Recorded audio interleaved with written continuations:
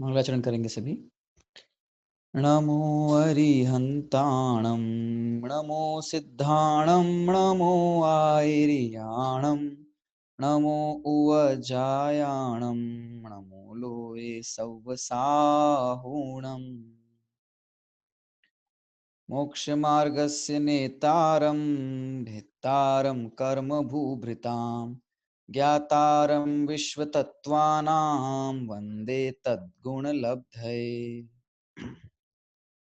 यह तत्वार्थ सूत्र नाम का महाग्रंथ है, जिसके चौथे अधिकार के ऊपर हमारी चर्चा चल रही है। चौथे अधिकार में हमने 4 प्रकार के देव होते हैं ये जाना: भवनवासी, व्यंतर, ज्योतिषी और वैमानिक। जिसमें हमने विमान भवनवासी और व्यंतरों की चर्चा की है ना। आज से हम ज्योतिषी देवों की चर्चा प्रारंभ करते हैं।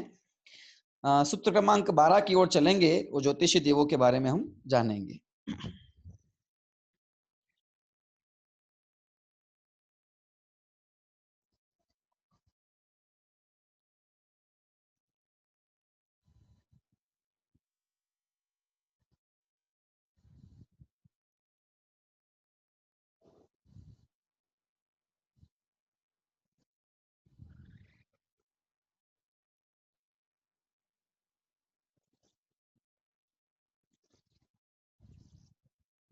हाँ, देखिए सूत्र क्रमांक 12 आपके सामने आपकी स्क्रीन पर है। सबसे नीचे देखिए, सूत्र पाठ करते हैं हम सबसे पहले। ज्योतिष काह सूर्या चंद्रमसौ ग्रह नक्षत्र प्रकीर्णक तारकाश्च। सूत्र पाठ पुनः। ज्योतिष काह सूर्या चंद्रमसौ ग्रह नक्षत्र प्रकीर्णक तारकाश्च। ज्योतिष काह सूर्या चंद्रमसौ ग्रह नक्षत्र प्रकीर्णक तारकाश्च। सूत्र विच्छेद करते देखिए, ज्योतिष का, फिर देखिए सूर्य डैश चंद्रम डैश असौ डैश ग्रह डैश नक्षत्र डैश प्रकीर्णक डैश तारकाः प्लस च। ठीक है, ज्योतिष काह सूर्य चंद्रम असौ ग्रह नक्षत्र प्रकीर्णक तारकाः प्लस च। ज्योतिष के देवों की चर्चा यहाँ पर है। देखिए, जैसे अन्य देवों के हमने प्रकार देखे थे, उसी तरह ज्योतिष के देवों के यहाँ प्रकार दिए हुए हैं। सूत्रार्थ देखते हैं हम। ज्योतिषी देव 5 प्रकार के हैं: सूर्य, चंद्रमा, ग्रह, नक्षत्र और प्रकीर्णक तारे। ठीक है, देवों की चर्चा चल रही है। भवनवासी की हमने चर्चा की, व्यंतरों की हमने चर्चा की। अब हम बात करेंगे ज्योतिषी देवों की। तो भवनवासी को भवनवासी क्यों कहते हैं, व्यंतरों का नाम व्यंतर क्यों है, ये जाना। अब ज्योतिषी देवों को का ये जो संज्ञा है ज्योतिषी देव, ये क्यों सार्थक है हमको समझना है। ये जो ज्योतिषी देव होते हैं, ये स्वयं ज्योतिषी देव और इनके जो विमान हैं वे अत्यंत ज्योतिर्मय होते हैं। ठीक है, अत्यंत ही प्रकाश से युक्त होते हैं। ठीक है, तो ज्योतिषी विमानों पर रहने वाले होने के कारण, ठीक है, और स्वयं भी ज्योतिमय होने के कारण ये ज्योतिषी देव कहे जाते हैं। ये जो ज्योतिषी देव हैं, ये ज्योतिषी देव 5 प्रकार के हैं: सूर्य, चंद्रमा, ग्रह, नक्षत्र और प्रकीर्णक तारे। समझते हैं इन सबको हम। सूर्य से हम कोई अपरिचित नहीं है, है ना। प्रातः काल सूर्य का उदय और सायंकाल सूर्यास्त हम प्रतिदिन देखते ही हैं। चंद्रमा से भी हम अपरिचित नहीं है। ठीक है, ग्रह बुध, है ना, शुक्र आदि ग्रह हैं, राहु केतु आदि। ठीक है, ये जो ग्रह हैं, है ना। ये नक्षत्र, नक्षत्र में क्या आएगा, 28 प्रकार के नक्षत्र होते हैं। तो 28 नक्षत्र जो हैं वो इसमें आते हैं, विशिष्ट प्रकार के खगोलीय पिंड। ठीक है ना। और प्रकीर्णक तारे, इसके अलावा प्रकीर्णक मतलब बिखरे हुए, तो तारे सर्वत्र बिखरे हुए हैं ना। जो तारे हैं वे सारे तारे हैं। तो क्या ये देव हैं जो हमको सूर्य नजर आता है, चंद्रमा नजर आता है ना, और भी तारे दिखते हैं, नक्षत्र ग्रह भी नजर आते हैं। तो क्या ये तारे हैं जो हमको यहाँ से नजर आते हैं, तो ये देव हैं? देखिए, ये देव नहीं है, ये उन देवों के विमान हैं। ठीक है, और इन विमानों के ऊपर वे देव रहते हैं। ठीक है।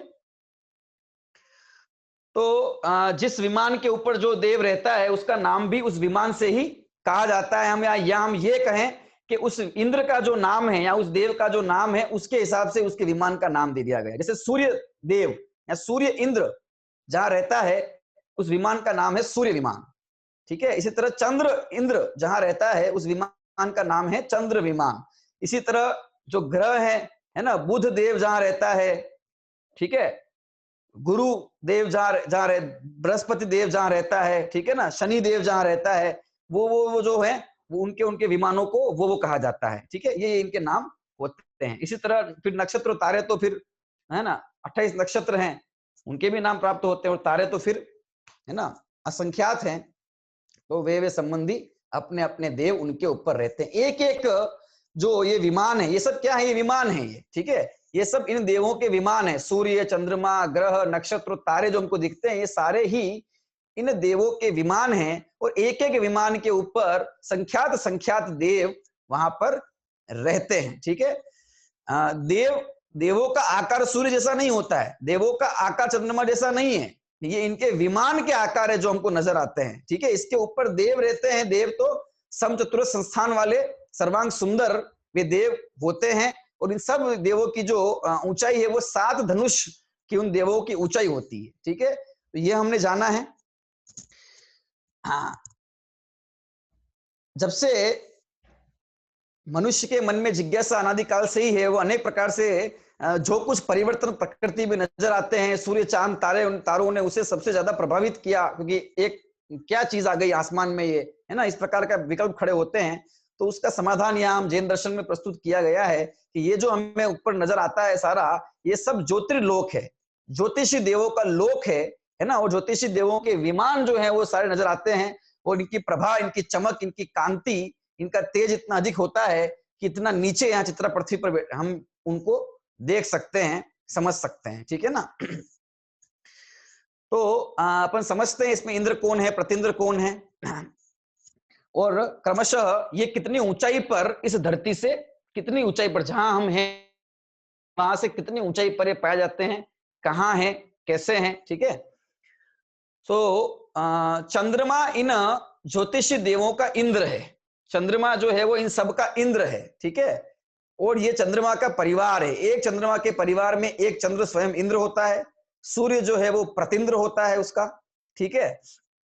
इसके अलावा इसके परिवार में ग्रह, नक्षत्र और तारे होते हैं, और इन्हीं में वे जो भेद बनते हैं 10 वे बन जाते हैं अपने अपने हिसाब से। तो ये एक चंद्रमा का परिवार है, ठीक है। एक चंद्रमा के परिवार की अपन बात कर रहे हैं। अगर संख्या की दृष्टि से अपन देखें तो एक चंद्रमा के परिवार में एक चंद्रमा स्वयं, एक सूर्य होता है, 88 ग्रह होते हैं, 28 नक्षत्र होते हैं, और 66,975 कोड़ा कोड़ी, है ना। तारों की संख्या कोई भाई कहता है कि कोई तारे गिन सकता है क्या, तो हम ये कहते हैं कि तारे कैसे गिने हैं, लेकिन जैन दर्शन में तारों को भी गिना दिया गया है, ठीक है। तो कितने 66,975 कोड़ा कोड़ी, कोड़ा कोड़ी मतलब 66,975 करोड़ इंटू करोड़, ठीक है। इतने तारे जो हैं एक चंद्रमा के परिवार में होते हैं। तो क्या एक ही चंद्रमा है, एक ही सूर्य है गगन मंडल में, कि नहीं, तारे, चंद्रमा और सूर्य जो हैं वो असंख्यात हैं, ठीक है ना। तो ये एक चंद्रमा के परिवार की बात हो रही है, ठीक है। इस प्रकार की ये, और सबसे ज्यादा अगर देवों में अगर सबसे ज्यादा संख्या किन्हीं देवों की है तो वो ज्योतिष देव ही सबसे अधिक है। सबसे अधिक देव ज्योतिष है, ठीक है, संख्या की दृष्टि से। फिर वेंतर है, फिर भवनवासी, फिर वैमानिक देव हैं संख्या की दृष्टि से। तो ये जितने भी तारे हमको नजर आते हैं ना, सब ये सब कुछ जो इन्हीं के विमान है ये हैं। कितने ऊपर धरती से होते हैं हमको ये जानना है।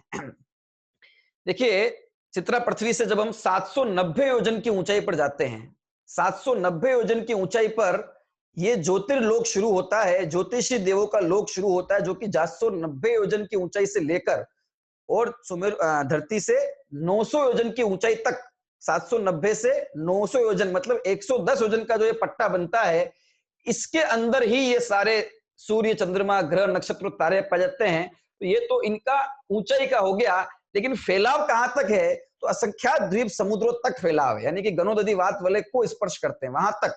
एक राजू इनका फैलाव जो है वो होता है। जितना संख्या द्वीप समुद्रों का फैलाव है वहां तक ये जो सारे फैले हुए हैं, और इनकी ऊंचाई जो है वो धरती से 790 योजन की ऊंचाई पर है। और ऊपर कहां तक फैले हुए हैं कि ऊपर 900 योजन तक फैले हुए हैं।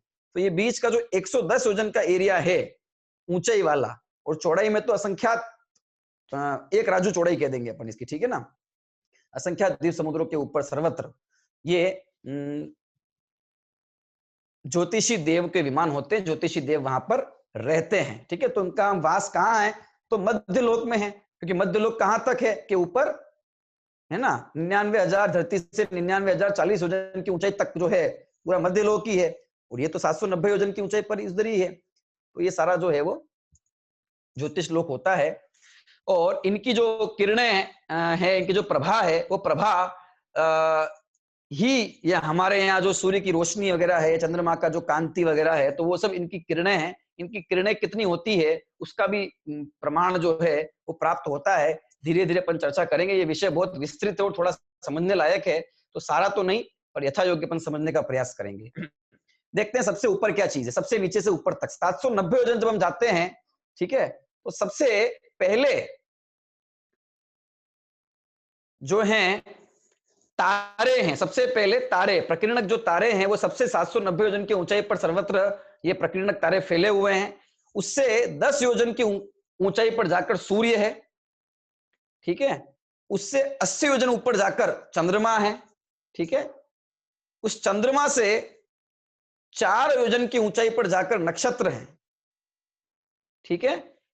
उन नक्षत्रों से जब हम 4 योजन ऊपर जाते हैं तो क्रमशः ग्रह आते हैं। तो वो चंद्रमा से 4 योजन ऊपर जब जाते हैं तो नक्षत्र है, नक्षत्र से जब अपन 4 योजन ऊपर जाते हैं तो वहां पर बुध ग्रह आता है। बुध ग्रह से 3 योजन की ऊंचाई पर शुक्र ग्रह आता है। शुक्र ग्रह से 3 योजन की ऊंचाई पर बृहस्पति ग्रह। बृहस्पति ग्रह से 3 योजन की ऊंचाई पर मंगल ग्रह, और मंगल से 3 योजन की ऊंचाई पर शनि ग्रह आता है, जिसको शनैश्चर भी कहा जाता है, ठीक है ना। शनिश्चर शनिश्चर कहते हैं, तो उसका जो नाम है वो मूल है शनैश्चर, ठीक है, जिसको शनि ग्रह कहा जाता है वो है। और फिर उसके ऊपर भी फिर और ये सारा लोक पाया जाता है। तो इस प्रकार की ये ग्रह इत्यादि उसके ऊपर पाए जाते हैं दूसरे, ठीक है ना। ये कुछ मुख्य ग्रहों के नाम बताए, ग्रह तो 88 कहे हैं, है ना। तो ये इस प्रकार का इनका विस्तार पाया जाता है। तो हम ये कहें कि सबसे नीचे तारे, उसके ऊपर सूर्य, उसके ऊपर चंद्रमा, उसके ऊपर नक्षत्र, और उसके ऊपर ग्रह, ठीक है। इस प्रकार का इनका विस्तार होता है। अगर बड़े और छोटे की अपन बात करें कि सबसे बड़ा कौन है इसमें, ठीक है, और सबसे छोटे कौन है, अगर इस तरह से अपन कुछ बात करें तो कुछ सामान्य रूप से अपन समझ सकते हैं। देखिए, सबसे बड़ा जो इंद्र है, इंद्र का विमान, क्योंकि ये विमान है, जितने हमको ये सूरज चांद ये सब दिखते हैं, और ये क्या है कि ये पृथ्वी का एक जीवों का शरीर है, ठीक है ना। पृथ्वी का एक जीवों के शरीर का पिंड है ये, जितना हमको दिखता है, नजर आता है ना। विमान जो दिखता है ये तो पुद्गल की रचना है, में रहते हैं वे तो जीव है सारे, ठीक है, और विक्रिया सब इत्यादि के धारी होते हैं। तो चंद्रमा जो इंद्र है सबसे बड़ा, उसका जो विस्तार है, ऊपर ऊपर जो तल है, अगर इनका आकार देखेंगे, ये आकार होता कैसा है इन सब का, तो इन सबका जो आकार बताया है तो वो देखिए नींबू अगर अपन लें और नींबू को बीच में से आधा अपन उसको अगर बनाएं तो आधा जो आकार बनता है ना, आधे नींबू अगर ऐसा रखा हुआ है हमारे सामने ऊपर की तरफ मुंह करके, आधा नींबू जैसा है, या आधी बॉल या आधा लड्डू, कुछ भी कह सकते हैं, ठीक है। तो उस प्रकार का आकार इन सभी जो ये ज्योतिषी देवों के विमान हैं उनका होता है। तो ऊपर का जो व्यास है चंद्रमा का, वो 56/61 योजन इसका व्यास है। चंद्रमा की अगर बात करें अपन, 56/61 योजन का इसका व्यास है। जितना व्यास है, बीच में अगर उसकी गहराई निकालनी है नीचे तक, ठीक है ना, तो उसका आधा कर देंगे तो वो उतनी गहराई है उसकी, प्रत्येक की व्यास जितना है उसका, उत्तर से दक्षिण, पूरब से पश्चिम, ऊपर तल में, उसके नीचे अपन उसको उतनी गहराई, उसका आधा कर देंगे उतनी गहराई हो जाएगी, ठीक है ना। तो 56/61 योजन इसका जो है वो व्यास है। इतना बड़ा चंद्रमा है, यानी कि सबसे बड़ा चंद्रमा है, चंद्रमा का विमान सबसे बड़ा है, ठीक है ना। फिर सूर्य है, 48/61 योजन इसका व्यास कहा है, आधा कर दोगे तो गहराई आ जाएगी तल से अंदर की तरफ, है ना। तो इससे छोटा सूर्य है, ठीक है। इसके बाद अन्य अन्य जो है विमान है, जैसे राहु और केतु जो हैं वो एक एक योजन लंबे चौड़े, उनका विस्तार कहाँ है राहु केतु का, ठीक है। उनकी चर्चा अपन बाद में करेंगे, ठीक है। इसके बाद अपन बात करें अगर ग्रहों की, ठीक है, तो ग्रहों के अंदर जो शुक्र ग्रह है, शुक्र ग्रह का जो विस्तार है वो एक कोस का, इसका विस्तार कहाँ है। बृहस्पति का विस्तार कुछ कम एक कोस कहाँ है, ठीक है। इसके अलावा जितने दूसरे मंगल ग्रह है ना, शनि ग्रह है, ठीक है, और इनका जो विस्तार, बुध ग्रह है, इनका जो विस्तार है वो कुछ आधा आधा कोस इस प्रकार का प्राप्त होता है। तारे जो हैं वो तारों का कितना विस्तार है, तो उत्कृष्ट विस्तार तारों का एक कोस है, ठीक है। और जगन्य सबसे छोटे तारे जो हैं वो एक चौथाई कोस के विस्तार वाले हैं। और इसके मध्यम में, इसके मध्यवर्ती जो तारे हैं वो आधे कोस वाले या 3/4 कोस वाले भी होते हैं, ठीक है। इस प्रकार से इनका जो सर्वत्र विस्तार होता है। तो सबसे बड़ा आकार में चंद्रमा है, फिर सूर्य है, ठीक है, फिर राहु केतु कुछ आदि ऐसे, फिर ग्रह हम कहेंगे ग्रह हैं, फिर ठीक है, फिर नक्षत्र हैं, और फिर तारे जो है वो सबसे छोटे होते हैं। प्रकाश की यदि अपन बात करें तो ये जो सूर्य का जो विमान, जिन पृथ्वी का एक जीवों के जो शरीर वहां हैं, जिनसे जिनका समुदाय ही वो सूर्य ग्रह है ना, तो वे जो उनके आतप नाम कर्म का उदय होता है, इसलिए सूर्य की जो किरणें होती है वे आतप यानी कि प्रकाश देने वाली के साथ साथ गर्मी देने वाली, उष्णता देने वाली होती है। और चंद्रमा का विमान जिस पृथ्वी का एक परमाणुओं से बना हुआ है, जिन जीवों का वो शरीर है, उनके उद्योत नाम कर्म का उदय होता है, इसलिए उसकी किरणें, प्रकाश होता है लेकिन शीतल उसकी किरणें होती है, ठीक है ना। उद्योत के अंदर आतप यानी कि गर्मी नहीं होती, प्रकाश होता है पर गर्मी नहीं होती, ठीक है। तो सूर्य की किरणें वे आतप से युक्त होती है, प्रकाश के साथ साथ गर्मी भी देती है। और चंद्रमा की किरणों में उद्योत होता है, ठीक है, तो वे शीतल उसकी किरणें होती है, प्रकाशित तो होती है लेकिन फिर भी वे गर्मी नहीं देती। इस प्रकार का पौद्गलिक शरीर की रचना है, तो उसका स्वभाव है, ठीक है ना, इस प्रकार का होता है। अन्य जो नक्षत्र, प्रकीर्णक तारे इत्यादि हैं, तो ये भी जो है वो गर्मी देने वाले नहीं। सूर्य की जो है उसकी किरणों से गर्मी होती है ना। कितनी कितनी किरणें हैं ना, महाकिरणें, उसका भी प्रमाण देखो, सूर्य चंद्रमा की 12-12 हजार किरणें होती हैं, ठीक है। इस प्रकार का प्रमाण प्राप्त होता है। ग्रह, अन्य ग्रहों की भी कुछ किरणें है ना प्राप्त होती है, ठीक है ना। 4800 कुछ किरण बताई है ग्रह की, और ऐसे ऐसे अन्य अन्य किरणें भी होती है। प्रकाश के मामले में सूर्य जो है वो सबसे ज्यादा प्रकाश देने वाला होता है, सबसे ज्यादा प्रकाशित ज्योतिर्मान जो है वो सूर्य है, फिर चंद्रमा है, फिर ग्रह है, ठीक है ना। ग्रह के अंदर भी सबका अपना अपना प्रकाश बताया है। बाकी नक्षत्र और तारे वगैरह जो होते हैं वो मंद प्रकाश से युक्त होते हैं, ठीक है ना। राहु केतु जो है इनका अंजन वर्ण कहा है, काले कलर के ये विमान होते हैं, ठीक है ना, अंजन वर्ण, इनका वर्ण की चर्चा की गई है। कलर की अगर अपन बात करें तो सूर्य और चंद्रमा के कलर से तो हम परिचित ही हैं, ठीक है ना। हाँ, धवल वर्ण होता है, रजतमय कहा है, किसी का मोती के समान कहा है। ग्रहों के अंदर भी लगभग प्राय सभी का जो कलर है वो कुछ कुछ जो है वो किसी का स्वर्ण के समान कहा है ना, और अन्य का सूर्यवत, बाकी जो प्रकीर्णक तारे हैं, नक्षत्र हैं आदि, इनका प्राय सूर्यवत ही कलर इनका कहा गया है। मंगल ग्रह का जो कलर है वो लाल कलर बताया गया है। रक्तिम वर्ण जो है वो मंगल ग्रह का होता है, ठीक है। इसके अलावा बुध ग्रह का कर्ण में कुछ पीत वर्ण जैसा बुध ग्रह का जो रंग है विमान का, ठीक है ना, ग्रह मतलब जब कह रहे हैं हम सब विमानों की बात कर रहे हैं कुल मिलाकर टोटल, उनका कलर है शेष का स्वर्ण के समान, किसी का जो है वो सूर्य के समान कलर। इस प्रकार से इनके रंग जो है वे होते हैं, ठीक है। और हम धरती से देखते हैं तो कुछ कुछ हमें वो ख्याल में आता भी है कलर वगैरह इनका, ठीक है ना। जैसे मंगल ग्रह तो लाल है, तो लाल ग्रह कहते भी हैं, तो वो ठीक भी है क्योंकि उसकी प्रभा जो है वो लाल ही होती है, ठीक है। ये इन ग्रहों का हमने जाना है, ठीक है। इन विमानों के ऊपर तल पर होता क्या है कि यहाँ पर भी जिन मंदिर, जिन भवन है ना, इंद्र के नगर, जो इंद्र व विमान उस पर इंद्र के नगर, बाकी जहाँ जगह जगह अपने अपने हिसाब से देवों के नगर बसे होते, संख्या देव वहां रहते हैं। वहां प्रत्येक विमान पर जिन मंदिर की रचना होती है, ठीक है। इसलिए असंख्यात जिन मंदिर, अगर हम अकृत्रिम जिन मंदिरों की गणना करें वैसे तो असंख्यात है, क्योंकि व्यंतरवासियों के भवन असंख्यात है। और प्रत्येक के अंदर जिन मंदिर है। इसी तरह ज्योतिषी विमान असंख्यात हैं और प्रत्येक के अंदर जिन मंदिर है। ठीक है, तो ऐसे तो असंख्यात अकृत्रिम जिन चित्रालय हो जाते हैं, तथापि गणना जिनकी हम करते हैं, कर सकते हैं, तो उसमें फिर वो हम ऊर्ध्व लोक, अधोलोक और मध्य लोक के गिनते हैं। ठीक है ना, जो कि हमने वो 84,97,023 देखे थे ऊर्ध्व लोक के, 458 देखे थे मध्य लोक के, है ना, और अधोलोक के हमने देखे थे भवनवासियों के भवनों में 7,72,00,000।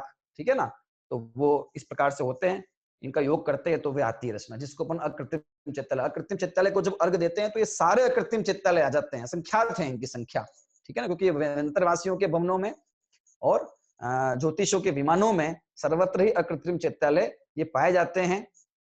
ठीक है, और इनका वहां पर प्रमाण पाया जाता है।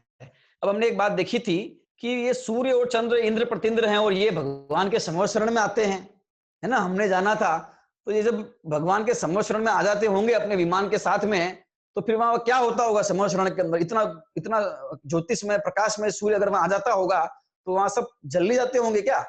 अथवा वो वहां आ गया तो फिर वो सूर्य आकाश में क्या होता है उसका? तो देखिए, हमने चर्चा पूर्व में भी की थी कि जितने भी देव इत्यादि हैं वे अपने स्थान पर अपनी जगह अवस्थित रहते हैं, है ना। सर्वत्र अन्य स्थानों पर जो जाता है वो उनका वैक्रियक शरीर जाता है।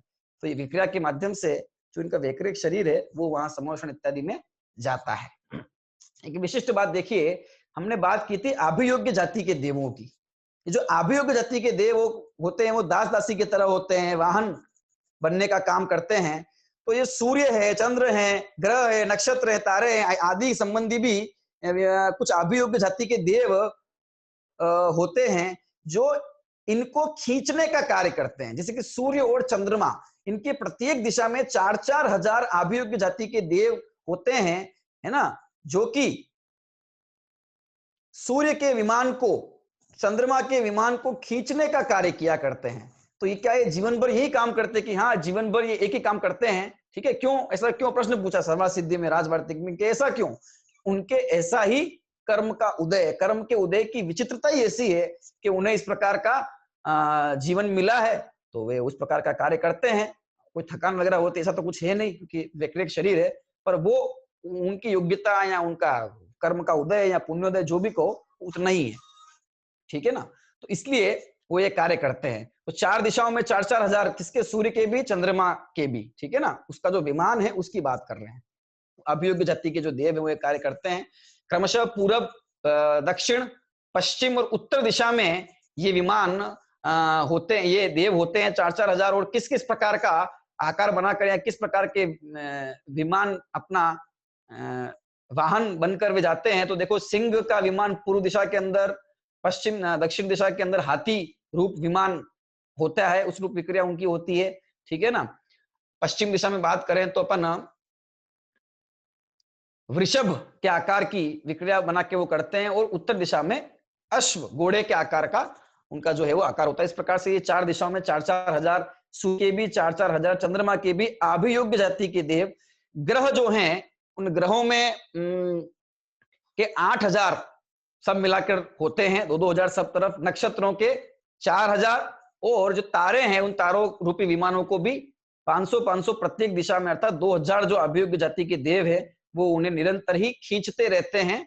ठीक है, खींचते रहते हैं, अर्थात सब अपनी अपनी दिशा में खींचते, ऐसा नहीं, जिस दिशा में उसका भ्रमण गमन होता है उस दिशा की मतलब की तरफ उसकी सहायता गमन में करते हैं। ठीक है, यद्यपि सूरज, चांद, तारे, इनका गमन करना अपना स्वभाव है स्वयं का, है ना, ये खींचते हैं इसलिए जाते हैं ऐसा नहीं है, पर यहाँ पर वे होते हैं और इस प्रकार के कार्य को करते हैं।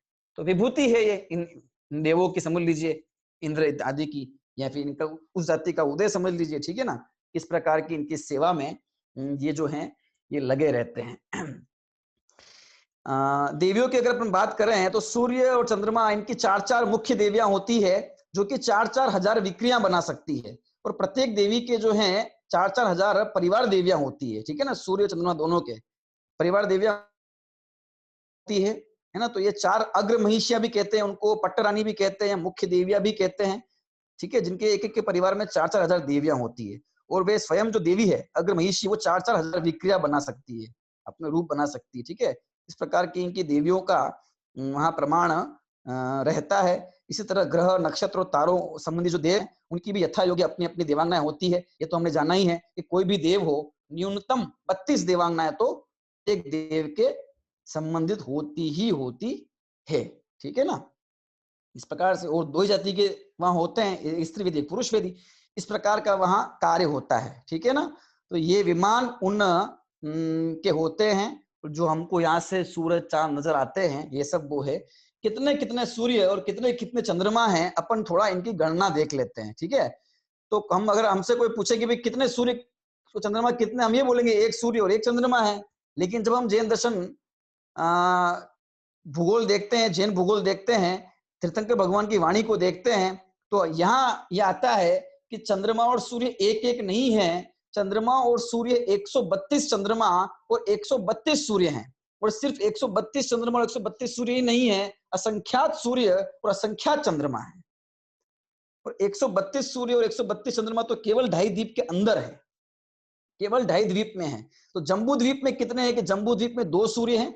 अपन सूर्य की बात कर रहे हैं तो चंद्र की बात सेम टू सेम आ जाएगी, संख्या उतनी आ जाएगी, ठीक है। या फिर चंद्र की बात, चंद्र इंद्र है तो चंद्र की बात कर लेते हैं, तो उस, है ना, तो उसके परिवार में जिसकी संख्या जितनी है उससे गुणा करते जाओ। तो जम्बू द्वीप में 2 चंद्र हैं, 2 सूर्य हैं, ठीक है। लवण समुद्र आता है, वहां पर 4 सूर्य, ठीक है। फिर अपन आगे आ गए किसमें, धातकी खंड द्वीप के अंदर, धातकी खंड द्वीप के अंदर 12 सूर्य और उतने चंद्रमा 12। फिर पुष्करवर्ण समुद्र, अपन समुद्र आ गया कालोदरी समुद्र, वहां पर 42 सूर्य 42 चंद्रमा, ठीक है। और उसके बाद में आ गया पुष्करार्ध द्वीप। उस पुष्करार्ध द्वीप के अंदर जो है वो 72 द्वीप और 72 सूर्य और 72 चंद्रमा होते हैं। तो अगर इसको जोड़ोगे आप कि 72 + 42 + 12 + 4 + 2 तो ये 132 आ जाएगा। ये 2.5 द्वीप के अंदर 132 सूर्य और 132 चंद्रमा है, यानी कि 132 चंद्र परिवार है। आप ये भी कह सकते हो कि 2.5 द्वीप के अंदर 132 चंद्र परिवार है। वो 2.5 द्वीप के बाहर क्या कि देखो, 2.5 द्वीप के बाद पुष्करार्ध में जितने हैं चंद्रमा और सूर्य, जो आधा पुष्करार्ध बच गया वहां भी उतने ही है, ठीक है ना। फिर पुष्कर द्वीप में जब आप चले जाओगे, फिर वहां उसका प्रमाण निकालने के लिए कुछ गणित बताया गया है। तो हम आप सामान्य से समझे कि दूने दूने दूने दूने आगे होते जाते हैं, होते जाते हैं, होते जाते हैं। असंख्यात द्वीप समुद्र है तो स्वतः ही इनकी संख्या असंख्यात आ जाती है। असंख्यात चंद्र परिवार हैं, हम ऐसा कह सकते हैं, ठीक है। और उस एक चंद्र परिवार में फिर लगा लो तारे कितने हैं, वो सब कितने हैं, तो उसके हिसाब से अगर 2.5 द्वीप में कुल तारे कितने हैं ऐसे निकालने हो तो आप फिर 132 का गुणा 66,975 कोड़ा कोड़ी से करोगे तो वो तारों की संख्या आ जाएगी, ठीक है ना। ये सारा हमने जो देखा है इनका परिवार के बारे में देखा, कितनी आयु होती है इनकी। देखिए, जो सूर्य चंद्र की आयु है वो 1 पल्ले + 1 लाख वर्ष, ये चंद्र की आयु है, 1 पल्ले + 1 लाख वर्ष, ठीक है। इसको अपन साधिक 1 पल्ले कह सकते हैं, ठीक है ना, कुछ अधिक 1 पल्ले, क्योंकि पल्ले में तो असंख्यात वर्ष होते हैं। चंद्र सूर्य की जो आयु है, अब सूर्य की आयु है मतलब विमान की आयु नहीं, उसके देव की आयु, ठीक है। विमान तो अनादिकालीन अनंत काल तक रहेंगे, ये तो इसमें तो कुछ होने वाला है नहीं।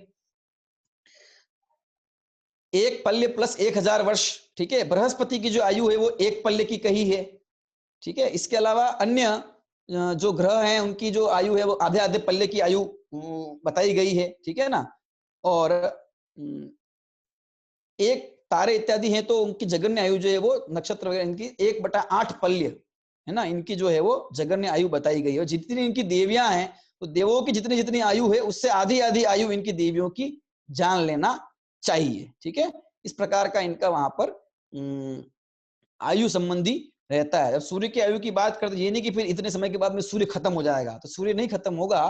तो सूर्य का जो देव है, जिसे सूर्य देव कह रहे हैं, चंद्र देव कहते हैं, शनि देव जो भी कहते हैं, ठीक है ना, तो उनका जो है वो आयु पूर्ण होती है। फिर दूसरे जिनका पुण्य जैसा उदय होता है तो वो उस रूप में जन्म लेते हैं वहां पर, ठीक है। गमन की बात करें, गति की अगर अपन बात करें तो देखिए सबसे स्लो जो गति है वो चंद्र की है, ठीक है, स्पीड जो उसकी है। फिर सूर्य की उससे कुछ अधिक है, ठीक है। फिर ग्रहों की उससे, सूर्य से अधिक। फिर नक्षत्र की उससे, और सबसे तेज गति से जो क्षिप्र गमन करने वाले वो तारे होते हैं, प्रकीर्णक तारे क्षिप्र गति से गमन करते हैं। तो ये इनका गमन का है।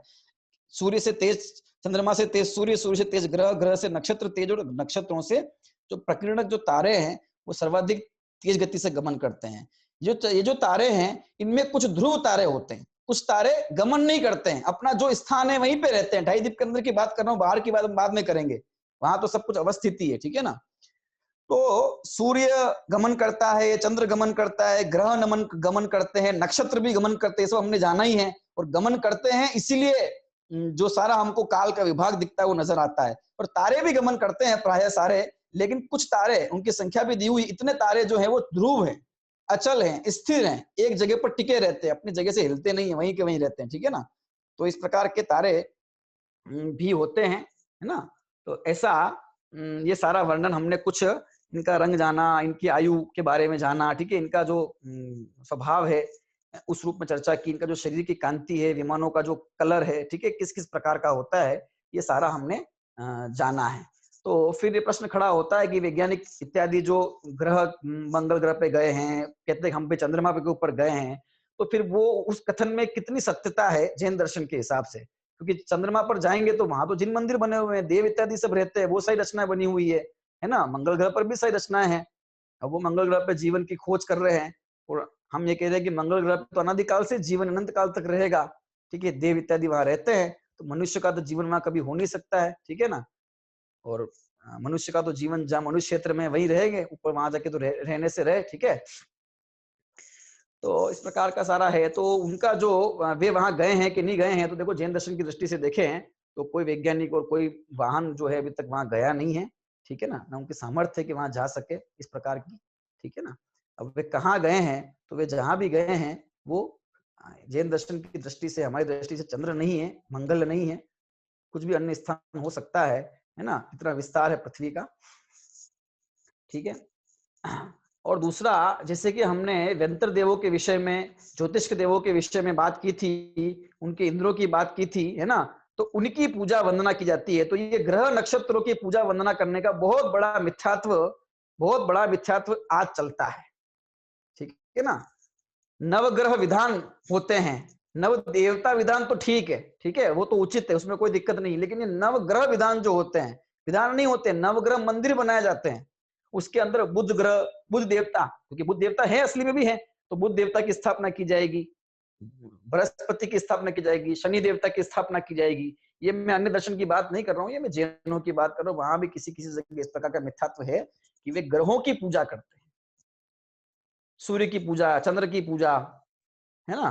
तो ये जो सूर्य की पूजा और चंद्र की पूजा करना है, तो ना तो सूर्य देवता पूज्य है, न ही चंद्र देवता पूज्य है। हाँ, उस सूर्य देवता के विमान के अंदर जो अकृत्रिम चित्रालय है, वहां जो प्रतिमाएं हैं भगवान की 108 प्रतिमाएं, वे जरूर पूज्य हैं। अगर सूर्य को देखकर उन्हें नमन आप करते हैं भाव भक्ति पूर्वक यहां से, तो ग्रेट मिथ्या नहीं। अगर सूर्य को ही नमन कर रहे हो, विमान को नमन करो, तो वो पृथ्वी का ही एक केंद्री है ना, जीवों का पिंड है, शरीर है, और उस देवता को नमन करो तो वो भी समझ लीजिए पूज्य नहीं है, क्योंकि वितरागी नहीं है, ठीक है। तो वे ग्रहित मिथ्यात्व है। तो सूर्य को पूजा करना, देव की, चंद्र की पूजा करना, है ना, चंद्रमा को अर्घ्य देना, सूर्य को अर्घ्य देना, और सारा ये शनि की पूजा करना, इन सब की पूजा करना, ये जैन दर्शन के हिसाब से ये एक ज्योतिष जाति के देव हैं, ठीक है, और ये कोई वितरागी देव नहीं है, और देवता केवल वितरागी की होती है, इसलिए इन सब की पूजा करना किसी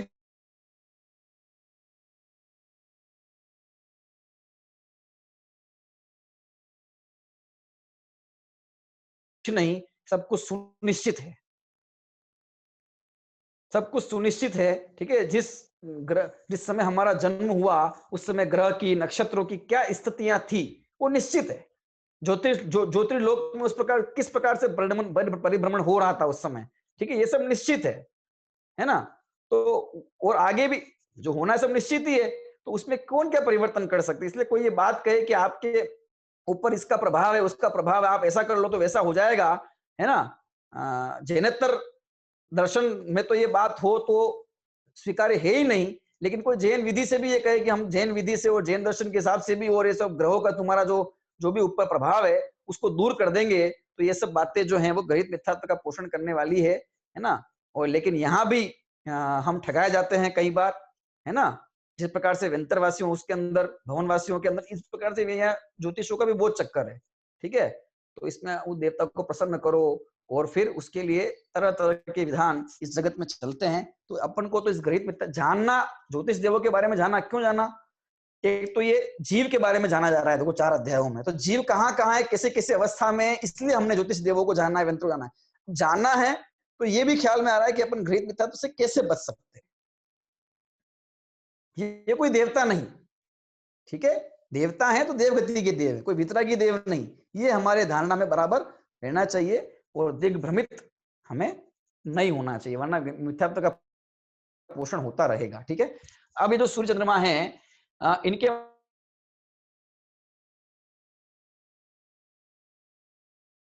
इनका गमन है, ठीक है, इस सब के बारे में कुछ संक्षिप्त चर्चा हम आने वाले सूत्रों के माध्यम से करने का प्रयास करेंगे। थोड़ी सी वो चर्चा जटिल है ना, क्योंकि वो चंद्रमा का गमन क्षेत्र, सूर्य का गमन क्षेत्र कितना कितना गमन करता है, उससे कैसे कैसे फिर ये काल विभाग होता है, उसको यथा योग्य बुद्धि अनुसार समझने का प्रयास करेंगे। आज जो अपनी चर्चा है वो अपन ने इन सब सूर्य चंद्र ग्रह नक्षत्र तारों, जो ज्योतिषी देव हैं और इनके विमान हैं, इनके बारे में की है। शेष चर्चा अपन आगामी कक्षा में करेंगे। अभी चर्चा अपन यहीं पे पूर्ण करते हैं। तो प्रश्न हो तो आप अगली कक्षा ज्वाइन करें।